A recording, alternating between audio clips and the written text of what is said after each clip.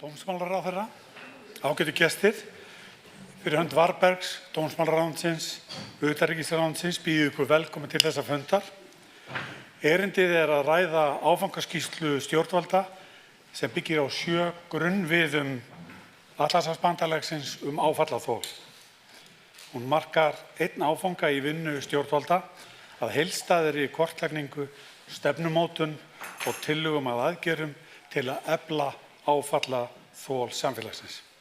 Það ánægjulegt að sjá hvað mikill áhugi á þessu fundarefni. Sætafjöldi var full nýttur fyrir nokkrum dögum með skráningu, þannig ég veit að margir þurfa að horfa á streymi fundarins.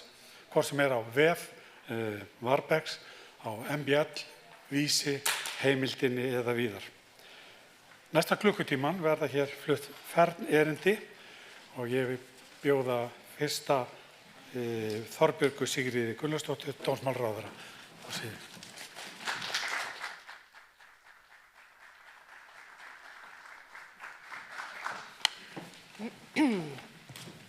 Já, kæru fundargestir, mikill heiður að fá að vera hérna með ykkur í dag og ég þakka Varberg kærlega fyrir þetta góða framtak. Ég held að allur almenningur sé farin að skynja það að heimsmyndin hefur breyst á stuttum tíma og ríki margfalda nú fjárveitingar til öryggis- og varnarmála. Við erum upplifa tollastríð, mjög beinskeyttar pólitískar yfirlýsingar fyrir opnum tjöldum og það hriktir í alþjóðareglum. Ég ætla svo sem ekki að standa hér og telja upp öll þau atvik og alla þá atburði sem við okkur blasa, en það í þessu samhengi sem það gott að við erum hér saman í dag að ræða öryggi Íslands og áfallaþol. Þetta orð sem við þekkjum mjög vel Íslendingar, einfaldlega vegna þess að við erum Íslendingar og áfallaþolið okkar hefur orðið sterkt, ekki síst vegna þeirra náttúru og þeirra veðra sem við búum við. En nú erum við að tala annan veruleika. Sannarlega getur reynsla okkar fyrri nýst, en ógnirnar eru því miður aðrar en þær sem við höfum áður verið að glíma við. Forsætisráðherra Kanada talaði nýlega rof í heimsmynd, endalok fallegrar sögu og upphaf harðari veruleika þar sem stórveldi séu ekki bundin af neinum takmörkunum. Það eru býsna stór orð, en hversu nákvæm þau eru þetta fyrir söguna að dæma en það í öllu samhengi hlutanna í dag nauðsynlegt að við séum að ræða öryggismál Íslands, að við séum að kortleggja ógnir og ekki síður kortleggja viðbragð og kortleggja getu, að við séum að gera meira en bara að ræða málin, að við séum að fjárfesta, að við séum sammála það hver stefnan og eigi að vera. Það eru 4 ár frá því að Rússar réðust inn í Úkraínu og það eru stríð sem ógnar allri Evrópu. Við sjáum upplifum fyrir nokkrum mánuðum síðan atvik hvað varðar dróna í Danmörku og ég þarf auðvitað ekki að orðlengja það sem hefur verið að gerast á Grænlandi. Þannig eins og ég sagði hér í upphafi þá held ég að eitt að stjórnvöld séu meðvituð það hver staðan en ég upplifa mjög sterkt bara í þeim tölvupóstum sem ég fæ og því fólki sem ég hitti, allur almenningur jafnframt að vakna til vitundar hvernig ástandið Þessi þróun snertir okkur auðvitað beint. Ráðherrar Norðurlandanna hafa verið í þéttum samskiptum, ráðherrar almannavarna ekki síst, og mér finnst ástæða til að nefna það að víða á Norðurlöndunum þetta sérstakt ráðuneyti almannavarna. Og Evrópa hefur auðvitað verið einróma, Evrópa hefur verið skýr það hver afstaða okkar gagnvart Grænlandi og Danmörku. Við erum hér að ræða þessi viðmið, þessi 7 viðmið og hvaða þýðingu þau hafa og hvernig að þau stuðla að því að við eflum okkar þol fyrir áföllum. Og það auðvitað ástæða til að nefna það segir dálítið stöðuna finnst mér að við erum aftur og aftur að ítreka og árétta augljós sannindi. Á borð við þau að NATO-ríkjum beri að virða landamæri og alþjóðareglur og lög. Samheldni nágrannaríkja með sömu gildi lýðræði, mannréttindi, alþjóðleg viðskipti og samstarf hefur aldrei verið mikilvægari en nú. Við sjáum að Evrópa öll að bregðast við þessum aðstæðum, öll í upptekin við það verkefni að efla öryggi sinna þjóða og Ísland vitaskuld ekki undanskilin þessu verkefni og við erum farin af stað. Fyrir Alþingi liggur núna tillaga til þingsályktunar stefnu í varnar- og öryggismálum og markmiðið þar að tryggja sjálfstæði, fullveldi, lýðræðislegt stjórnarfar, friðhelgi landamæra Íslands og öryggi fólksins í landinu. Þar fjallað aukið alþjóðlegt samstarf, þar fjallað það að styrkja og efla samvinnu helstu samstarfsríkja Íslands og ég sjálf algjörlega sannfærð það að svarið við þeim aðstæðum sem við okkur blasir núna felst ekki síst í því að efla alþjóðlegt samstarf.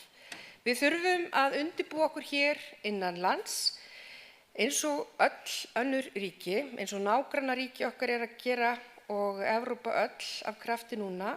Við þurfum að vera viðbúin því sem að getur gerst hér gagnvart hvers kyns vá. Og aftur ítreka ég og árétta það að við búum yfir góðri reynslu.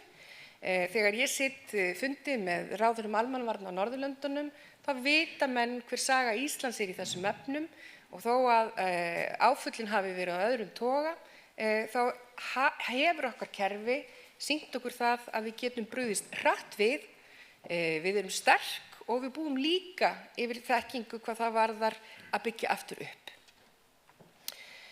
Umræðuefni dagsins hér í dag einfaldlega þetta, stóra orð og merkingarþunga áfallaþol, þar sem að spurningin svona kannski gagnvart almenningi hvernig okkar íslenska samfélag undir það búið að verða fyrir áföllum. Hvernig getum við dregið úr, eða hvernig getum við jafnvel komið í veg fyrir tjón af völdum áfalla, hvernig getum við síðan viðhaldið mikilvægri starfsemi á meðan áfalli stendur eða komið innviðum okkar og gangverki aftur í gang komið til þess að það verði stopp eða högt. Ég merki það stundum í umræðum að fólk ekki alveg á sömu blaðsíðu endilega með þá hreinu hvað við erum að tala þegar við tölum áfallaþol. Stundum hefur bara einfaldlega verið notast orðið segla. Íslenskt samfélag á að vera og þrautsegt. Við erum mjög góð í því að verjast. Við erum mjög góð og sterk í því að undirbúa okkur gagnvart náttúruvá. Ég held að við séum öll sammála þetta. En ég hins vegar sannfærð það að við þurfum að vera betur undir það búin þegar ógnirnar eru aðrar. Og þess vegna þessi skýrsla sem hér verið að ræða í dag og svo vinna sem í gangi núna okkur gríðarlega mikilvæg. Dómsmálaráðuneytið og stofnanir þess gegna lykilhlutverki í þeim aðstæðum sem við erum að glíma við núna því að borgaralegu innviðirnir heyra þar undir og hryggjarstykkið í almannavörnum Íslands, í öryggi landsins og áfallaþoli. Þetta fyrsta lína varnar. Þetta allir sammála þegar við erum að rýna gögn og skýrslur frá NATO, borgaralegu innviðirnir fyrsta lína varnar. Ísland eins og við þekkjum herlaus þjóð en ekki herlaust land og verður herlaus þjóð áfram. En borgaralegu innviðirnir það sem þjóðin treystir á og hefur reynslu af því að treysta á og við munum áfram reiða okkur á. Almannavarnakerfið okkar, almannavarnir ríkislögreglustjóra, það þetta Landhelgisgæslan sem að gegnir ríku löggæsluhlutverki og ber ábyrgð á löggæslu á hafi og eftirlit á hafi ásamt leit og björgun. Það greiningardeild okkar, þetta lögregla, það má nefna sérsveit, svo við með sterkt samfélag sjálfboðaliða. Það björgunarsveitirnar okkar sem hafa brugðist við með ótrúlegum hætti þegar áföllin hafa dunið á, heilbrigðisstarfsfólk sem tekur á móti slösum og veikum og sinnir þeim. Og við eigum að lyfta þessum innviðum. Við eigum að tala þessa innviði og tala okkar getu og efla hana. Við þurfum að efla þessa innviði með mannskap, með tækjum og tólum og við þurfum að auka greiningargetu okkar til þess að verjast áföllum. Ísland hefur skuldbundið sig til að verja 1,5% af vergri landsframleiðslu til öryggis- og varnarmála. Og þegar maður horfir til þess, hverjar eru þær fjárfestingar í landi sem ekki heldur úti sínum eigin her, að þá blasa í mínum huga við að það eru ekki síst þessi borgaralegu innviðir. Þeir fjármuni verða ekki síst nýttir til þess og það í mínum huga fremur augljóst atriði. Ýmis vinna á sér stað núna á vettvangi stjórnarráðsins sem varðar áfallaþol, meðal annars þessi skýrsla sem við erum að ræða hér í dag og hún áfangi í heildstæðri kortlagningu til að efla áfallaþol landsins og byggir á þessum grunnviðmiðum Atlantshafsbandalagsins. Það búið að koma á fót samstarfsvettvangi ráðuneyta uppbyggingu áfallaþols sem á hafa yfirsýn og tryggja mikilvæga samhæfingu. Henrika Sandra sem hefur leitt þetta verkefni mun kynna það betur hér strax á eftir. Ég vil líka nefna í þessu samhengi frumvarp sem Alþingi nú með til meðferðar heildarendurskoðun á lögum okkar almannavarnir, sem auðvitað mikilvægt atriði í því að nútímavæða áfallaþol samfélagsins í heild sinni, miðar að því að efla kerfi sem hefur reynst okkur gríðarlega vel og sterkt. Bæta það sem betur má fara. Hér ekki verið að breyta neinu í grundvallaratriðum, heldur einfaldlega efla kerfi sem að þá þegar sterkt. Og að síðustu vil ég nefna ráðherranefnd sem sett var á fót núna þegar ný ríkisstjórn var mynduð öryggis- og varnarmál, þar sem sitja forystumenn ríkisstjórnarinnar, forsætisráðherra, utanríkisráðherra og menntamálaráðherra í krafti formennsku sinnar auk dómsmálaráðherra. Mér finnst ástæða til að nefna líka að við þurfum að huga að aðkomu atvinnulífsins og einkaaðila. Mikilvægir ómissandi innviðir geta verið í eigu einkaaðila. Þetta líka atriði sem rætt á ráðherrafundum almannavarna á Norðurlöndunum. Hver geta fyrirtækja til dæmis í samhengi við bara rafrænan veruleika, hætta á gagnalekum og gagnaþjófnaði. Þannig að samstarf og samtal við þessa hagsmunaaðila líka mikilvægur liður. Í stóra samhenginu snýst þetta auðvitað að samfélagið allt vakni til lífsins. Þetta sé ekki eingöngu verkefni stjórnvalda, heldur samfélagsins alls og saman. Og ég held að nýleg atvik sem ég nefndi hér áðan með dróna í Danmörku og annað því líkt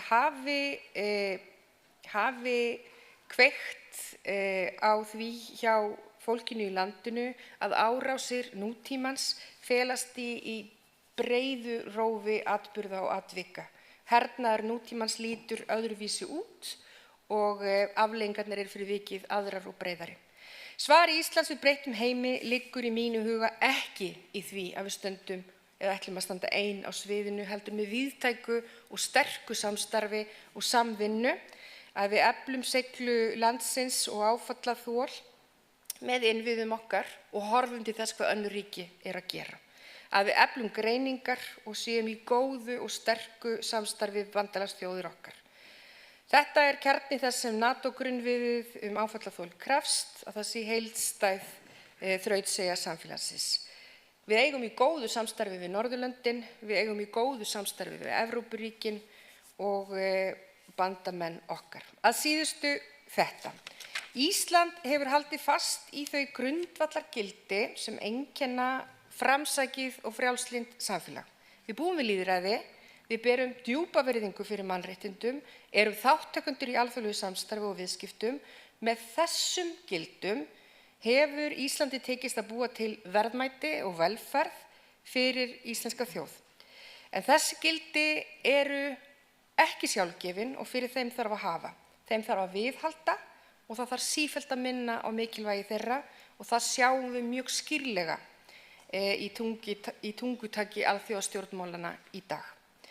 Við ætlum þess vegna að styrkja öryggi okkar og varnir, efla innviði okkar, ekki síst borgaralega, auka öryggi almennings og viðhalda því góða og sterka samfélagi sem við höfum búið til hér á Íslandi, þar sem við sköpum verðmæti og við njótum frelsis, friðar og öryggis. Ég þakka kærlega fyrir góða vinnu í aðdraganda þessa skýrslu og hlakka til að fylgjast með umræðunni hér í dag. Takk.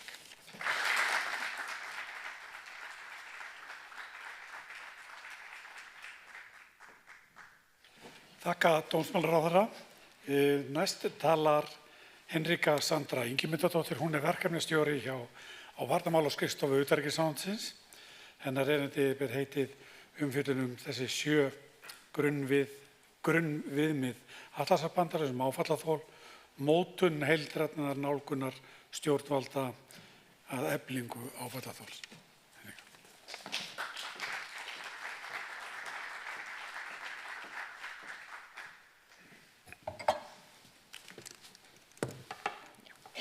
Góðan dag.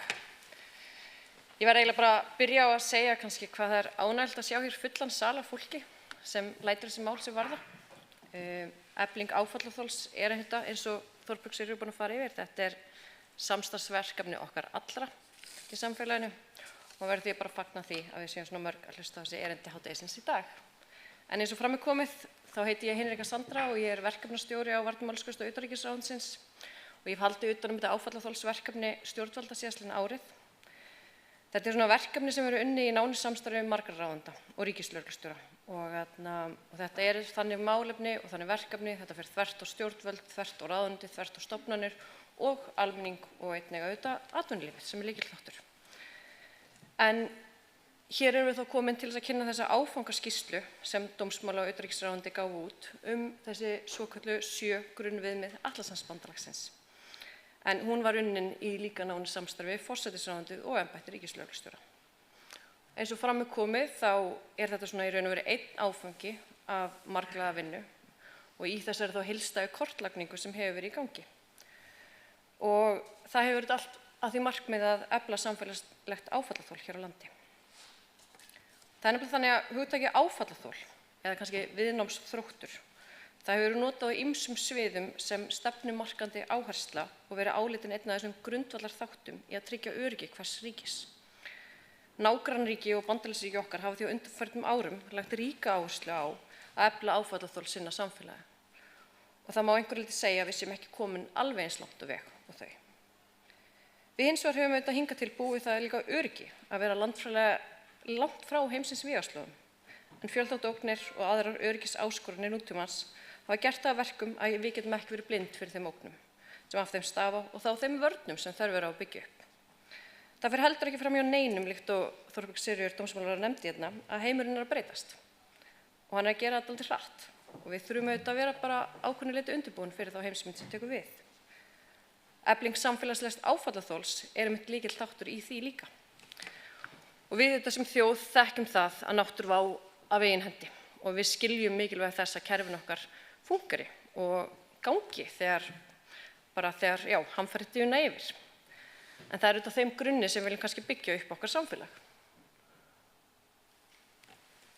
En ef við förum svona vindum okkur bara aðeins í þetta, þá langar mér bara að byrja á að nefna eins og kannski líka komið hérna fram að það alls konar vinna í gangi. Og það má í raun segja að þetta sé ákveðið púsluspil. Og við þurfum að setja það saman og það margir hlutverk í þessu púsli. Og það má auðvitað nefna það að það búið að stofna ráðherranefnd öryggis- og varnarmál. En hún hefur sett auðvitað ákveðinn fókus á þessi mál með breiðri linsu. Og það auðvitað þessi vinna sem hófst núna síðastliðinn vor með setningu með skipan samráðshóps þingmanna við að móta stefnu í öryggis- og varnarmálum. Hún liggur núna fyrir þinginu sem þingsályktun.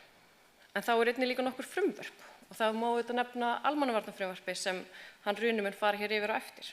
En það einnig líka frumvarp rýni á fjárfestingum erlendra aðila vegna þjóðaröryggis og allsherjarreglu.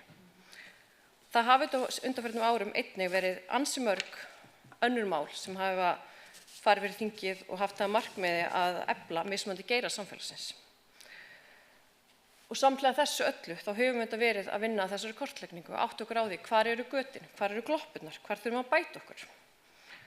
Og það má náttúrulega heldur auðvitað ekki gleyma því að á undanförnum árum hafa dunið yfir okkur alls konar hamfarir. Þannig að embætti ríkislögreglustjóra og almannavarnasvið þess hafa þetta tekist á við alls konar áskoranir. Og það allt lærdómur og þetta allt veganisti inn í þessa vinnu sem við þurfum að vinna að. Þannig að það má auðvitað telja ýmislegt margt fleira hérna, en þetta eru einhverju leyti þau mál sem hafa kannski undanfarna ár. Þannig að það eins og ég segi, það alls konar í gangi, það alls konar vinna og þetta allt þáttur í því að efla samfélagið. En þá, já. En áður en við förum kannski í skýrslunum, þá langar mér bara svona aðeins að snerta á þessu hugtaki, áfallaþol. Viðnámsdráttur, viðnámsþol, segla. Fólk hefur eðlilega skoðanir á þessum hugtökum. En kannski lögfræðingur sem ég þá ákváðum við bara að horfa til þess að í almannavarnalögum hefur áfallaþol verið bara held í raun frá lögum 2008 og jafnvel lengur. Þannig að við ákváðum að í raun og veru að byggja á því hugtaki og að samhliða því þá náttúrulega í frumvarpi núna til heildarlaga almannavarnir það hugtak notað og því gefið í raun og veru ákveðið aukið vægi og sem svona lykil áhersla í fyrirbyggjandi aðgerðum. En hvað þetta?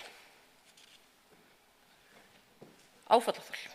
Það þessi geta kerfis eða samfélags til þess að forðast, draga úr eða yfirstiga hættuástand með fyrirbyggjandi aðgerðum og viðbrögðum. Á einföldum máli má kannski segja að þetta getan til þess að bogna án þess að brotna. Að það einmitt þannig sem við þurfum að byggja upp og tryggja okkar mikilvægu samfélagslegu kerfi og innviði. Þau þurfa að geta verið undirbúin fyrir hvers konar áskoranir og vá án þess að þau brotni. Það sú stefnumörkun og öryggismenning sem við þurfum sem samfélag að byggja upp. En þá það spurningin, hvernig kemur Atlantshafsbandalagið sem hernaðarbandalag að þessu? Fólk þekkir auðvitað almennt 5. grein Atlantshafssáttmálans, þessa svoköllu einn fyrir alla, allir fyrir einn. En fólk kannski ekki eins meðvitað 3. grein sáttmálans.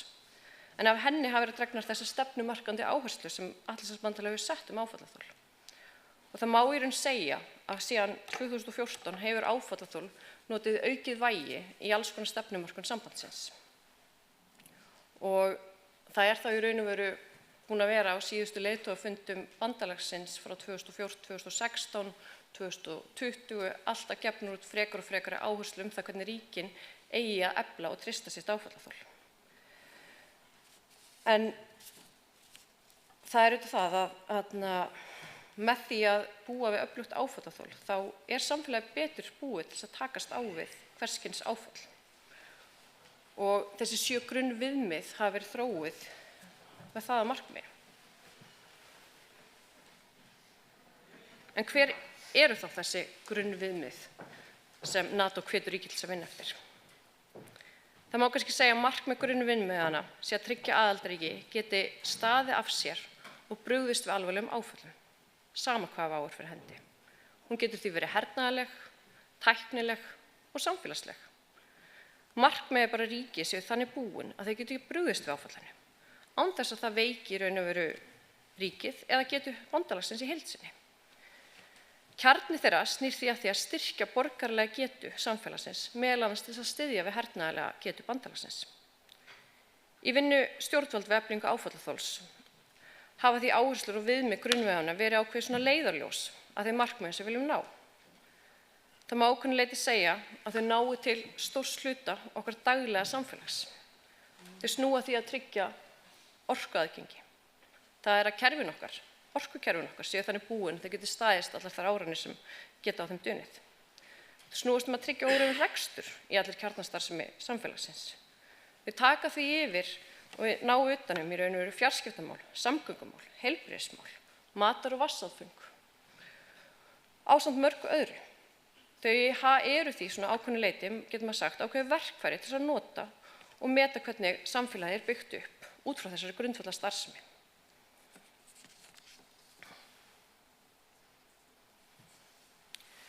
Í áfangaskýrslunni var markmiðið í raun og veru að ramma inn þessa nýju áskorun og staðsetja okkur aðeins inn í henni. Ísland sem herlaus þjóð, hvar stöndum við inn í þessari stóru mynd og þessum áherslum Atlantshafsbandalagsins og sama tíma að ná utan á það regluverk sem við stöndum frammi fyrir að innleiða í gegnum EES-samninginn. Þetta eiginlega ekki svona einföld mynd. Maður verður að horfa á þetta með aðeins breiðari linsu. Það þannig að Atlantshafsbandalagið setur ákveðnar áherslur fram. Við erum þátttakendur í EES-svæðinu. Þar kemur regluverk inn í okkar grundvallar geira og sem við þurfum að taka upp. Þetta spilar allt saman að því hvernig við byggjum upp samfélagi, það regluverk sem við stöndum frammi fyrir og hvernig þetta sameiginlega tryggir og treystir okkar áfallaþol. Þetta er því svona í raun kannski ný linsa sem við þurfum að horfa í gegnum og ramma inn í samræmi við okkar veruleika og stöðu og jafnframt þá breyttu heimsmynd sem við getum staðið frammi fyrir. Skýrslan varpar því ljósi á ákveðnar áskoranir sem eru fyrir hendi hér á landi, bæði hvað varðar regluverk og stofnanaumhverfið. En hún er einnig hugsuð sem verkfæri fram á við í þeirri vinnu sem er framundan á málefnasviðinu. Í henni er fjallað hvernig önnur ríki eru að nálgast þessa mál og þá vinnu sem þar í gangi. Því það eru auðvitað þannig að það eru allir að huga því sama og við erum ekki ein að leysa úr þessum álitaefnum. Það eru auðvitað líka þannig að við erum auðvitað lítil þjóð og lítil stjórnsýsla og einhvern veginn, hvað maður að segja, en á sama tíma þá myndi maður alltaf segja þegar maður talar við sína kollega á nágrannaríkjunum að það sem við búum yfir er þessi samheldni og þessar stuttu boðleiðir, þær hjálpa okkur. Þær eru styrkur í uppbyggingu á svona málum og það er styrkur í því til þess að vinna saman. En það er líka alveg ljóst að við erum ekki kannski komin eins langt á veg og nágrannaþjóðir okkar á þessu sviði. En við búum yfir umfangsmikilli reynslu og þekkingu, sérstaklega við því að bregðast við ófyrirséðum áskorunum. Og við höfum sýnt það í gegnum tíðina. Almannavarnakerfi hefur líka sýnt það getur brugðist við alls konar vá. En hins vegar á sama tíma þá þurfum við að huga að ákveðnum grunnatriðum í uppbyggingu áfallaþols og hvernig við getum á sem skilvirkastan hátt brugðist við þessum áskorunum.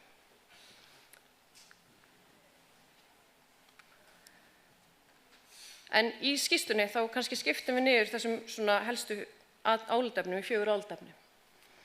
En það er öryggi æðstu stjórnvalda, mikilvægir innviðir, samstarf stjórnvalda og einkaaðila og fjöldaógnir. Það eru lagðar til tillögur að aðgerðum sem fela í sér að koma á laggirnar samstarfsvettvangi ráðuneyta að uppbyggingu áfallaþols undir forystu forsætisráðuneytisins. En þeim samstarfsvettvangi er ætlað að vinna úr kortlagningu alla grunnvegamanna. Þessi kortlagning hefur verið í gangi síðastliðna ári og er komin vel á veg og núna framundan verður unnið áfram á hvernig að vinna og útfæra þau málefni þvert á ráðuneyti, stjórnvöld og sama tíma atvinnulíf og almenning. En það er mjög mikilvægt að við horfum til heildrænnar nálgunar og uppbyggingu áfallaþols. Og þess vegna er einnig lagt til að stofna samstarfsvettvang stjórnvöld og einkaaðila. En þetta er samfélagslegt verkefni sem hvorki verður leyst á stjórnvöldum, einum né einkaaðilum og því þurfa allir að vinna saman. Fyrirmyndar að slíkum vettvangi má finna í nágrannaríkjum okkar, líkt og Finnlandi, en það má segja í raun og veru að þeir búi við margra áratuga reynslu af samstarfi stjórnvalda og einkaaðila og því að einhverju leyti er það bara inngróið inn í kerfið og samfélagið. Þannig að þar vinna allir saman. Þetta er alveg eitthvað sem við höfum getað þetta og við gerum þetta og sérstaklega þegar hamfarir inn yfir ykkur, þá vinnum við saman og við vinnum mjög vel og náið saman. Það hefur bara reynslan og það er áskoranir sem við tekist á í síðustu ár sýnt okkur. En á sama tíma í þessu tilviki þá þurfum við kannski að undirbúa okkur aðeins betur og við þurfum aðeins að það eru öðruvísi áskoranir og við þurfum að tryggja það að við sem byrja að vinna saman áður en eitthvað gerist. En það eru ennfremur tillögur hérna sem snúa þessum áskorunum sem við búum fram fyrir og það eru þetta bara áskorunir í okkar lagaumhverfi, það er hvernig skipulagi okkar er og þannig að tillögur skýrslunnar lúta að því að ráðast í þær umbætur og er sú vinna nú þegar hafin. Þannig að kannski bara að lokum. Þá er áfallaþol sameiginleg ábyrgð okkar allra og þetta er verkefni okkar allra. Við höfum þetta öll mismunandi hlutverkum að gegna en með því að tryggja áfallaþol samfélagsins byggjum upp grunn að samfélagi sem brotnar ekki þegar á reynir heldur áfram. Og þannig viljum við reyna að nálgast alla þessa vinnu fram á við. Þannig að takk fyrir.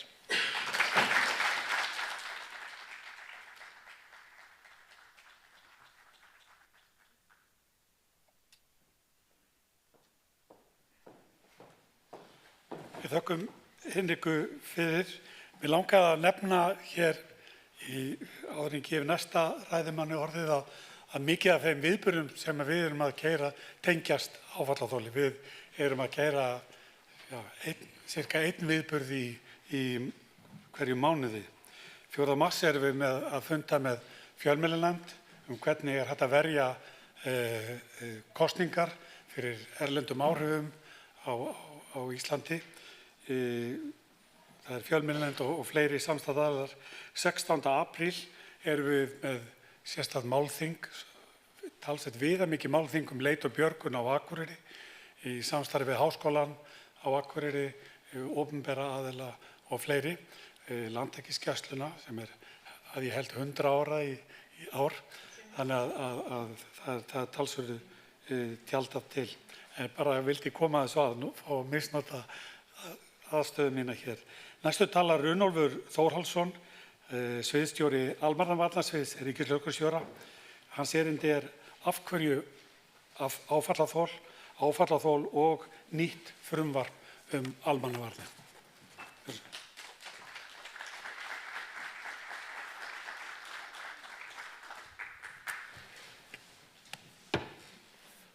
Ráðherra, byrja á því að þakka Varðberg fyrir að bjóða mér hingað. Varðberg hefur verið, gegnt mikilvægu hlutverki núna að undanförnu að koma umræðunni öryggis- og varnarmál svona betur inn í þjóðarvitundina. Þetta er mikilvægt að fylgjast með hvernig þessi umræða hefur verið að þróast hjá okkur og enn og aftur að þá er það gríðarlega mikilvægt fyrir okkur að nálgast þetta á yfirvegaðan hátt og ræða þessi mál af skynsemi og yfirvegun. Ég ætla að kafa aðeins ofan í áfallaþol. Þetta er náttúrulega stór spurning. Af hverju áfallaþol? Horfi á þetta náttúrulega bara út frá mínu hlutverki sem eftirlits- og samræmingar aðila í almannavarnakerfinu, að þá erum við ætla ég aðeins að kafa ofan í af hverju við erum að tala áfallaþol. Almannavarnahugsjónin, slagorðið, við erum öll almannavarnir. Almannavarnahugsjónin það má líkja því við einhvers konar fullkomin áfangastað. Þetta markmið í sjálfu sér að total forsvar á sænsku, total defense á ensku. Þetta háleitt markmið, mjög metnaðarfullt en klárlega eitthvað sem við eigum alltaf að stefna. Þetta sífelluverkefni og ef við setjum okkur ekki háleitt markmið það bara skynsamlegt að setja sér háleitt markmið í þessu.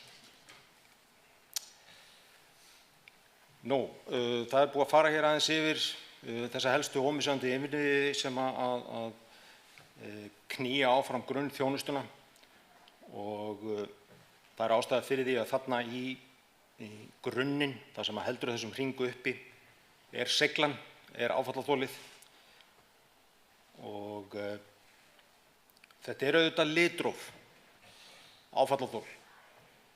Við erum öll í sjálfu sér að velta fyrir okkur á hverjum degi, segjum sem svo að við séum að fara norður á Akureyri, það vetur, þá förum við í einfalda áhættugreiningu, við öflum okkur upplýsinga. Jú, veðrið sæmilegt, vegurinn norður þokkalegur, ástandið á bílnum mínum sæmilegt, ég á þokkalegum dekkjum, fullur tankur af bensíni, ég kannski með nesti.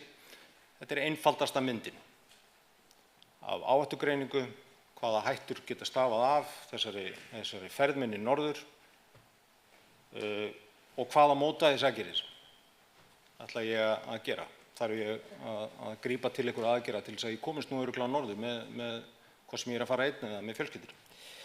Á hinum enda þessa litrófs, þegar við erum að tala áfallaþol og hvernig við nálgumst það að vera með mikla seiglu og mikið áfallaþol, þá gott að taka orkugeirann okkar.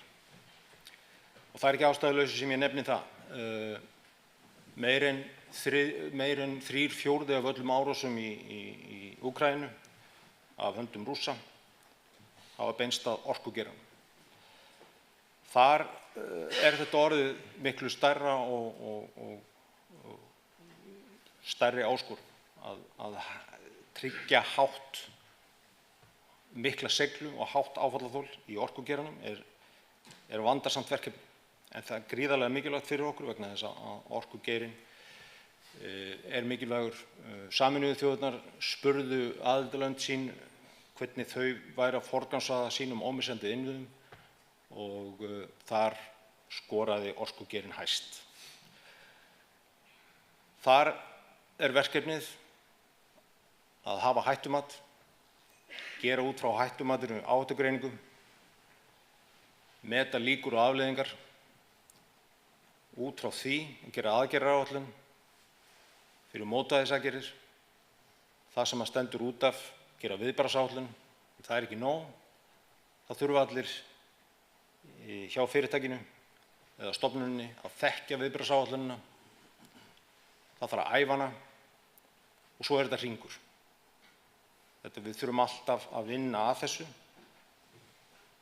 endurmeta hættuna, fara aftur í gegnum áhættugreininguna, kanna hvort að mótvægisaðgerðir og aðgerðaáætlun er fullnægjandi. Þannig að þetta er sífellu verkefni sem við þurfum að vinna á hverjum degi.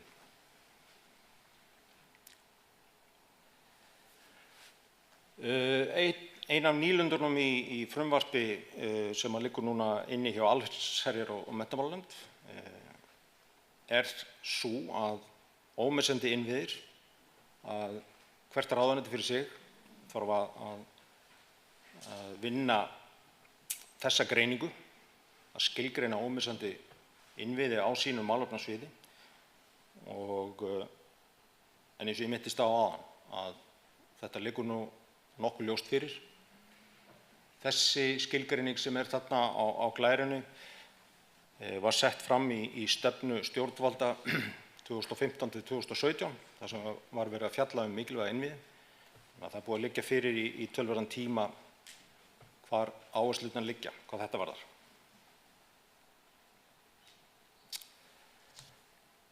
Okkur er tíðrætt orkukerfið og hvers vegna það áfallaþol þar skiptir miklu máli.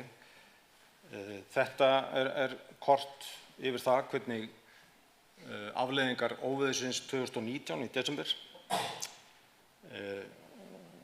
hafðu víðtæk áhrif á kerfin okkar, orkukerfin, langvarandi rafmagnsleysi, og það lá fyrir í kjölfar þessa óveðurs að áfallaþolið í orkugeiranum, það var svigrúm til bætingar þar. Síðan þá var sett á stað mikil vinna. Það er búið að efla áfallaþolið í orkugeiranum mikið á undanförnum árum, en við höfum fengið undanfarið bæði 2024 og eins 2025. Við höfum fengið áminningar það, áminningar frá atvikum í stóriðjunni, að þetta eins og ég fór yfir áðan, þetta sífellu verkefni. Við verðum sífellt að huga að þessu og við verðum að efla áfallaþolið eins og bestur er á kosið.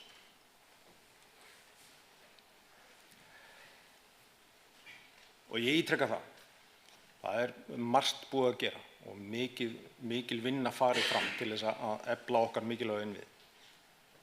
En eins og opnunarávarpið bar augljóslega með sér að við erum í breyttri heimsmynd og við verðum að leggja enn frekari áherslu á þetta.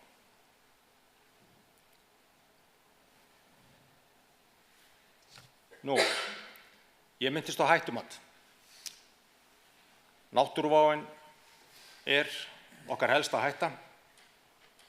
Við búum hér á landi sem að færir okkur eintóma gleði, eintómar áskoranir, eitthvað til að vinna með á hverjum degi. Okkar færasta vísindafólk segir að Reykjanesi sé vaknað. Það hljómar ekkert sérstaklega vel eftir 800 ára svefn. Spurning hversu úrelt það er.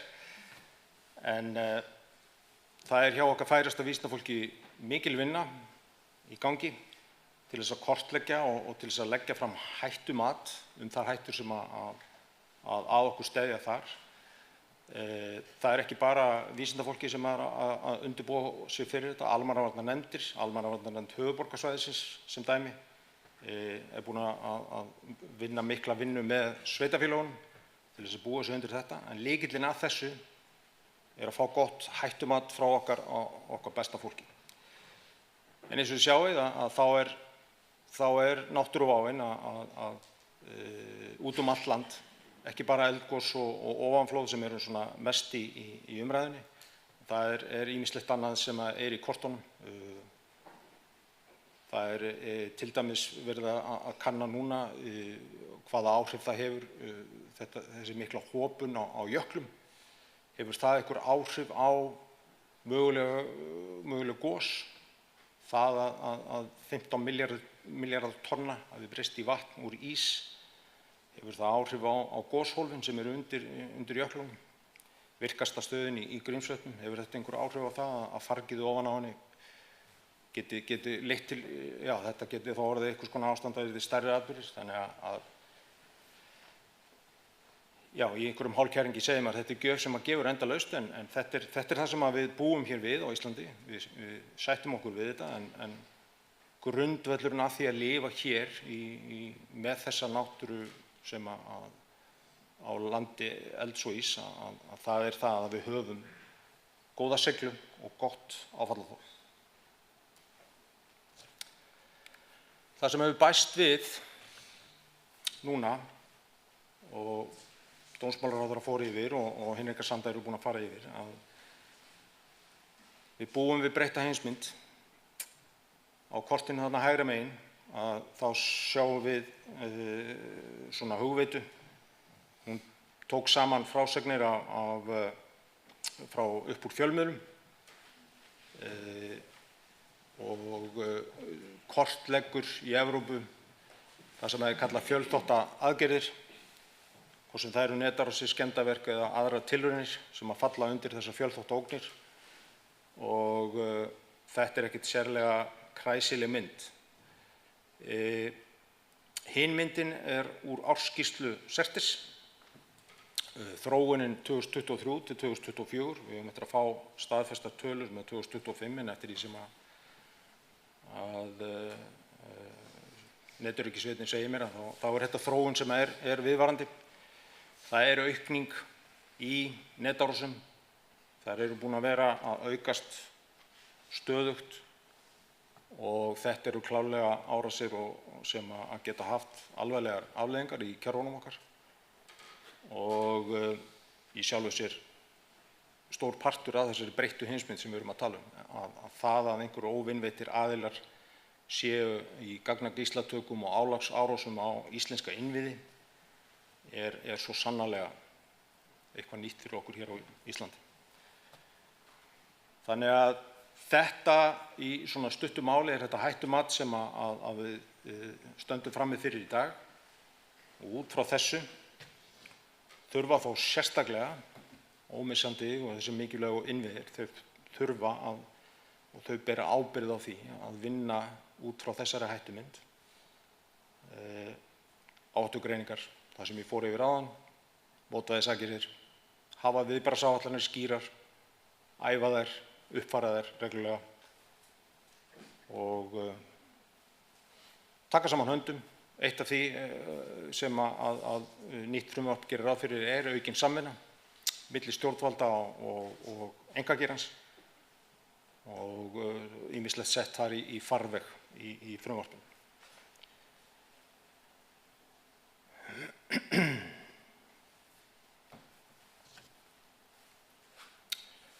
Já, frumvarpið. Það hérna inn á sambandsgáttinni. Ég hvet ykkur öll til þess að kynna ykkur þetta frumvarp. Það búið að vera mjög lengi í samráði. Mjög lengi, það mikilvægt. Almannavarnakerfið okkar stórt. Við erum mörg sem höfum mismikið hlutverk í almannavarnakerfinu, en þetta var sannarlega vel að þessu staðið að mínu mati hjá dómsmálaráðuneytinu. Mikið samráð, sem að meðal annars birtist í því að það liggja fyrir 79 umsagnir. Það nóg að gera núna þessa dagana hjá allsherjar- og menntamálanefnd að hitta umsagnaraðila. Það frábært að svo margir, svo mörg hafi sterkar skoðanir á því hvernig þessi lög eigi að líta út og hvernig almannavarnakerfið á að líta út. Þannig að það bara mjög jákvætt og fagna því. Vonandi næst að afgreiða þetta mikilvæga þingmál á næstu mánuðum og það væri til mikilla bóta að telja fyrir kerfið. Í frumvarpinu mikil áhersla á fyrirbyggjandi aðgerðir, þennan nauðsynlega undirbúning, þessa nauðsynlegu skipulagningu í öllu kerfinu.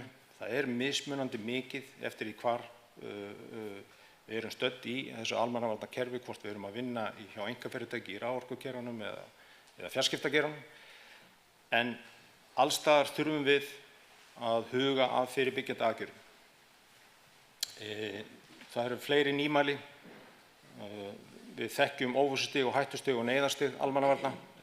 Nýtt almannavarnastig þjóðarvá sett þarna inn í frumvarpið. Netöryggisvá nú nefnd í 1. grein frumvarpsins ásamt náttúruvá, hernaðarógn og farsóttum. Sviðsábyrgðarreglan lögfest. Það lögfest sú nefnd sem að búið að nefna hér áður af ráðherra og Hinriku. Ráðherranefnd öryggis- og varnarmál sem mikilvægt framfaraskref. Og eins og ég minntist á að lögfesting á því að við fáum fram ítarlega skilgreiningu á mikilvægum og ómissandi innviðum og eðlilegt að það sé á hlutverk að það séu ráðuneytin og ráðherrar sem að skilgreini það hvert á sínu málefnasviði. Þá fáum við á það skýra mynd.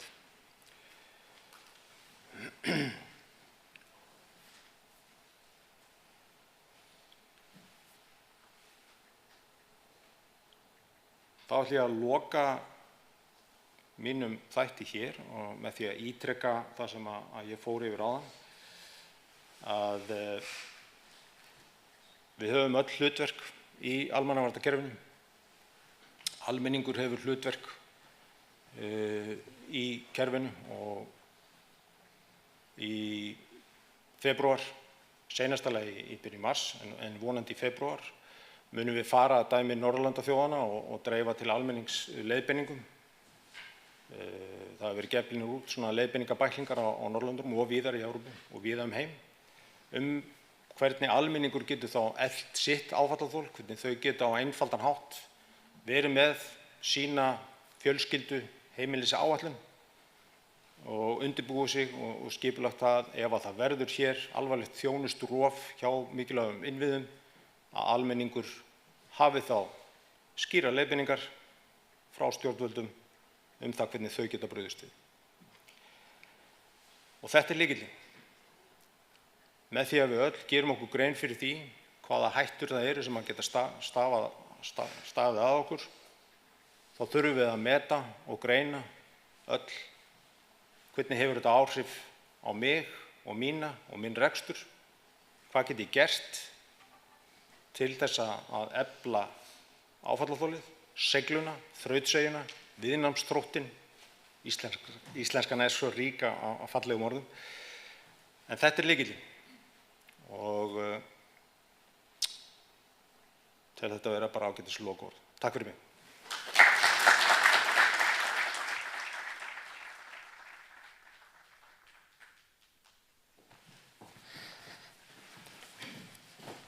Takk að Runóri. Ég ánægður að heyra að þið ætlið að senda skilaboð til þjóðarinnar þessi mál.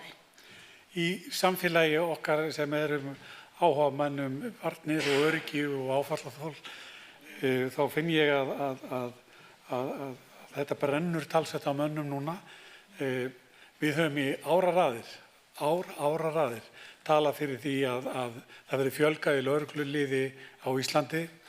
Það loksins að gerast og megi bæta enn betur þar og síðan þarf að stórefla landhelgisgæsluna að okkar mati.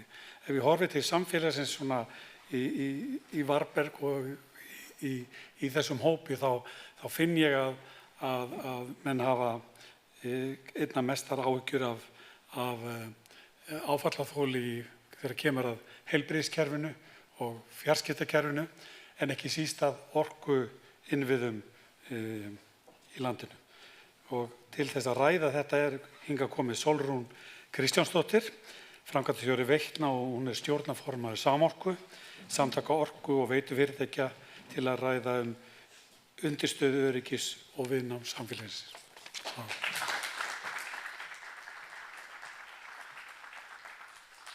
Sælverði, ráðherra, aðrir frummælendur og Varberg, takk fyrir að hafa mig og að fjalla þetta gríðarlega mikilvæga mál. Ég heiti Sólrún og ég framkvæmdastýra Veitna sem stærsta veitufyrirtæki á Íslandi og þjónar 2/3 landsmanna ómissandi lífsgæði og fer þar með ábyrgð á ómissandi innviðum. Svo ég að auki stjórnarformaður Samorku og þar förum við fyrir öllum orku og veitu innviðum landsins sameiginlega og sitjum þar og mjög tíðrætt þessi mál og við erum mjög meðvituð þá ábyrgð sem við berum. Nú búið að fjalla margt í þessu og sumt sem ég með á mínum glærum kannski einhver endurtekning en ég skal reyna að setja þetta í einhvers konar annað samhengi. En ómissandi innviðir, já, og hvar erum við í dag? Við erum í nýjum veruleika. Það eru nýjar kröfur á ómissandi innviði. Það í rauninni þannig að ég held að við höfum einhvern veginn í okkar búblu hérna á Íslandi ríka tilhneigingu til þess að halda að ekkert gerist hjá okkur og ótrúlega bjartsýn og seiglu í viðbragði sem hefur gert það að verkum að okkur finnst ekkert sérstaklega gaman að undirbúa okkur. Af því að við erum svo ótrúlega góð í að bregðast við. En það sem hefur verið að gerast á síðustu árum sem gott að í varnarstefnu Íslands sérstaklega horft til ómissandi innviða núna. Og við vitum líka að fjölþáttaógnir hafa margfaldast í Evrópu og Ísland ekki undanskilið þeim ógnum. Ég meina það sem Runólfur var að sýna okkur þarna, myndirnar og fjöldi tilfella sem að reyna einhvern veginn að ráðast á Ísland meira að segja. Þetta segir okkur að þessi búbla sem við teljum okkur verið hérna, örugg á Atlantshafi, við erum ekki þar. Og þetta það sem við óttust mest af öllu, orkuveitugerinn, að hafa þessa ábyrgð og geta síðan ekki staðið undir að byggja upp þetta áfallaþol og þann viðnámsþól sem við þurfum. Við þurfum nefnilega að tryggja nauðsynlega varnir meira en bara margar þjóðir. Því að við búum við ótrúlega náttúruvá á Íslandi meira en margar þjóðir sem hafa skapað ótrúlega lífsgæði á Íslandi líka, að hafa aðgang að eins og til dæmis að búa á eldfjallaeyju og það að hafa aðgengi að hreinasta vatni á jörðinni, segi ég. Það bara eiginlega enginn sem hefur sjálfhreinsandi hreinsistöðvar eins og hraunrennslið sem að við búum við, sem að þýðir að við þurfum ekki að blanda neinu í vatnið okkar, sem alveg bara óþekkt í höfuðborgum heimsins til dæmis. Þannig að, en það fylgir þessu líka þá að við þurfum að vernda þessa innviði á annan hátt og vera tilbúnari fyrir að það geta margs konar þætti komið upp á. Það búið að fara yfir þessar fjölþáttaógnir en þær alls konar. Þær manngerðar, árásir, skemmdarverk, það geta líka bara verið slys, eins og til dæmis mengunarslys, getur mjög auðvitað haft mjög alvarlegar afleiðingar. Og svo náttúruváin, loftslagsáhrifin hafa áhrif á Íslandi líka, við finnum það bara á innviðunum okkar, þeir ráða bara orðið illa við breytt loftslag, hvort sem eldingar eða bara meiri úrkomuáhrif. Og svo náttúrulega við með þessar stafrænu og kerfislegu ógnir. Og ég tilraunir til að í rauninni taka úr sambandi samfélög hafa í auknum mælum beinst að orkuinnviðum og veituinnviðum í löndunum í kringum okkur. Og það alltaf að tala Úkraínu, en ef við skoðum þetta kort nánar sem að hann sýndi okkur, hann Runólfur, þá sáuð þið að þessar ógnir voru bara á Norðurlöndunum í kringum okkur líka. Það verið að ráðast á Norðurlöndin og veitu orkuinnviði á Norðurlöndunum. Öryggi innviða snýst þannig ekki aðeins varnir gegn manngerðum ógnum, heldur bara aðlögun að öllum þessum fjölþáttaógnum. Og það viðamikið verkefni sem við erum þá með í höndunum, þau sem fara fyrir innviðum, ómissandi innviðum. Rússar herja á Evrópu, ekki bara Úkraínu, og það sem vakti athygli mína á þessari mynd að ljósbláa línan sýnir meðal annars árásir í Evrópu á vatnsveitur. Þannig að ómissandi innviðir eru orðnir bara hluti af vígvellinum í Evrópu. Og við myndum halda, já, þetta hlýtur að vera allt eitthvað staðar í Úkraínu. Nei, þetta eru Svíþjóð, þetta er Finnland, þetta er Danmörk. Af hverju ekki hér? Við verðum að hætta að spyrja okkur af hverju ætti þetta að gerast hér. Við ættum að spyrja okkur hvenær gerist þetta hér. Við verðum ekkert undanskilin því sem að gerast í Evrópu. Við erum í rauninni að berjast við það að það líka farið að breytast hvernig þessi skemmdarverk eru framin. Við teljum alltaf að þetta sé hernaðarlegt og það kom ykkur hermaður eða hluti af einhverjum her og gera þessi skemmdarverk. En í dag þetta í sífellt meiri mæli, það verið að í rauninu bara ráða fólk sem vinnur í veitu- og orkugeiranum til þess að fremja skemmdarverk eða glæpagengi í löndunum til þess að fremja skemmdarverk. Þetta orðið svo falið að við þurfum að hugsa allt öðru sem hvernig við göngum og tryggjum aðgengi að þessum innviðum. Við getum ekki lengur bara varið okkur og haldið að þetta verði einhver hernaður. Við þurfum að reikna með jafnvel að fólki okkar verði ráðið til þess að skemma eitthvað hjá okkur. Og oft þetta ekki gert með einhverjum risastórum sprengingum. Þetta oft gert með því að ráðast sameiginlega á stafræna innviði og fýsiska innviði og trufla á mörgum stöðum í einu og valda þannig truflunum. Þess vegna segi ég, já, við þurfum að hafa almannavarnir og við þurfum að byggja viðnámsþol, en það ekki bara viðnámsþol. Viðnámsþol allt þetta. Við þurfum að passa að við setjum líka upp forvarnir. Við verðum að reyna að koma í veg fyrir að hlutinni gerist. Og við verðum náttúrulega sjálfsögðu að hafa viðbragðsáætlun sem gera okkur kleift að bregðast við þegar eitthvað gerist. Og svo verðum við að geta reikna með því að hafa varaafl þegar eitthvað gerist, þannig við getum haldið upp þjónustu gangandi. Þannig að ég myndi segja að þar sem við erum kannski komin hvað styst á veg, við höfum lagt mikið upp úr hættumatinu og við höfum lagt mikið upp því í orku- og veitugeiranum að setja upp viðbragðsáætlanir, hvernig ætlum við að bregðast við þegar eitthvað gerist, en við höfum ekki lagt nógu mikla áherslu á hvernig ætlum við að koma í veg fyrir að hlutinni gerist. Og við verðum að fara að greina veikleika kerfisins betur. Við vitum alveg stóru myndina, orku- og veitugeirin byrjar að greina þetta og við vitum svona nokkurn veginn hvar við stöndum gagnvart okkar kerfum. En við verðum að leggjast á eitt að gera þetta saman og við verðum að leggjast með öðrum geirum að greina veikleika kerfisins í heild. Því að við erum algjörlega háð hvort öðru. Það ekkert af þessum ómissandi innviðum sem stendur eitt og sér og getur haldið upp í kerfinu. Þetta allt samofið og þess vegna verðum við að eiga þetta saman. Og við verðum að eiga þetta með stjórnvöldum. Við erum, eins og ég sagði þann, sterk þjóð að bregðast við hratt og þar okkar styrkleiki, samheldnin, og þá í rauninni erum við yfirleitt fljóta að redda okkur, fljótar en margar þjóðir. En okkur þykir ekkert sérstaklega gaman að setja upp forvarnir að undirbúa okkur. Og það mín reynsla að fara fyrir fyrirtækinu mínu að mér finnst ég ekki hafa fullt umboð í samfélaginu til að setja upp nægjanlega forvarnir til þess að koma í veg fyrir að atburðir geti gerst. Og við verðum að breyta því. Við þurfum að gera þessar veikleikagreiningar og við þurfum að forgangsraða saman og afhenda þær til stjórnvalda. Það það sem við geirarnir getum gert saman. Og við hjá Samorku höfum þegar lýst yfir vilja þess að gera það. Ríkisstjórnin hefur búið samstarf, og Hinrika var að segja það, og það þegar hafið samstarf við fyrirtækin sem innan ómissandi innviða. Og við erum öll sammála sem sitjum hér að ómissandi innviðir eru þjóðaröryggismál. Við erum öll sammála, En við verðum líka að vera sammála að það þarf þá að endurspeglast í lögum og reglum og umgjörð. Það algjörlega galið að stýra fyrirtæki sem fer með hreint vatn til stærsta hluta þjóðarinnar og fá ekki að setja upp girðingu í kringum mikilvægustu vatnsból höfuðborgarinnar. Það ekki umboð sem fylgir ábyrgð. Það þarf að setja inn í lögin hvað þýðir það að bera ábyrgð á ómissandi innviðum, í hverju felst sú ábyrgð, en það þarf líka að setja hvað umboð fæ ég með því að bera ábyrgð á ómissandi innviðum.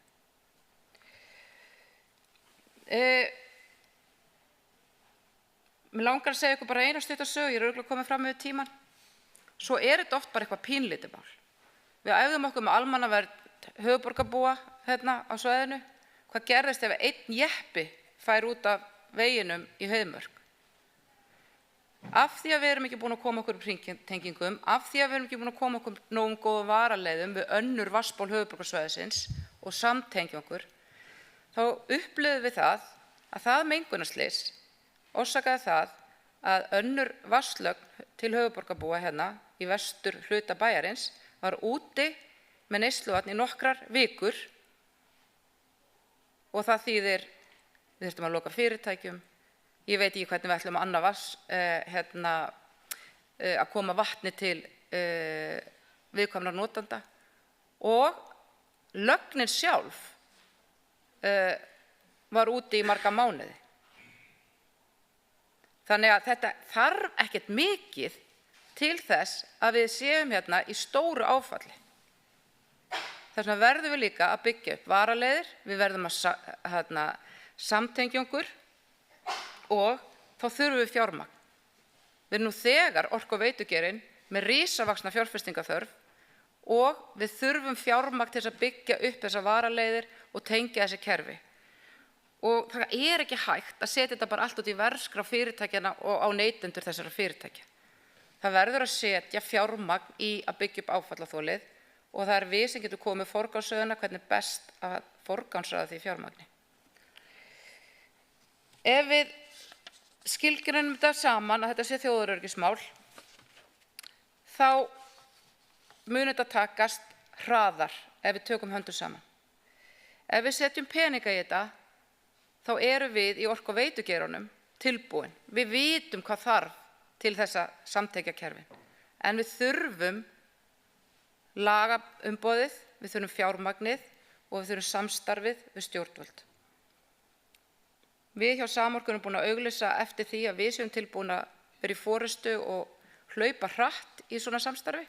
Þannig ég auglýsi bara hér með eftir að vera kölluð til leiks. Takk fyrir mig.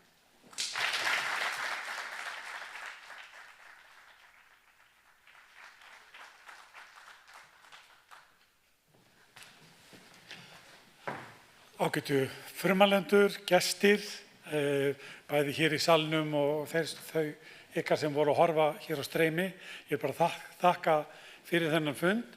Að endingu þá það þannig að við klippum eins og með alla fundi sem við erum með, þá það klippt niður og unnið og það texta fyrir okkur sem að heyrum illa og það þýtt á ensku fyrir það æstari hluti samfélagsins sem vil horfa og hlusta á annað tungumál. Þannig að allt þetta gert. Við erum jafnframt, og ég vil minna á að við erum á LinkedIn, Instagram, Facebook, Vimeo og YouTube og auðvitað á okkar vef. Þannig að það talsið virkni og ég bið ykkur að fylgjast vel með viðburðum sem eru á vegum félagsins. En ég segi þessum fundi slitið. Takk fyrir.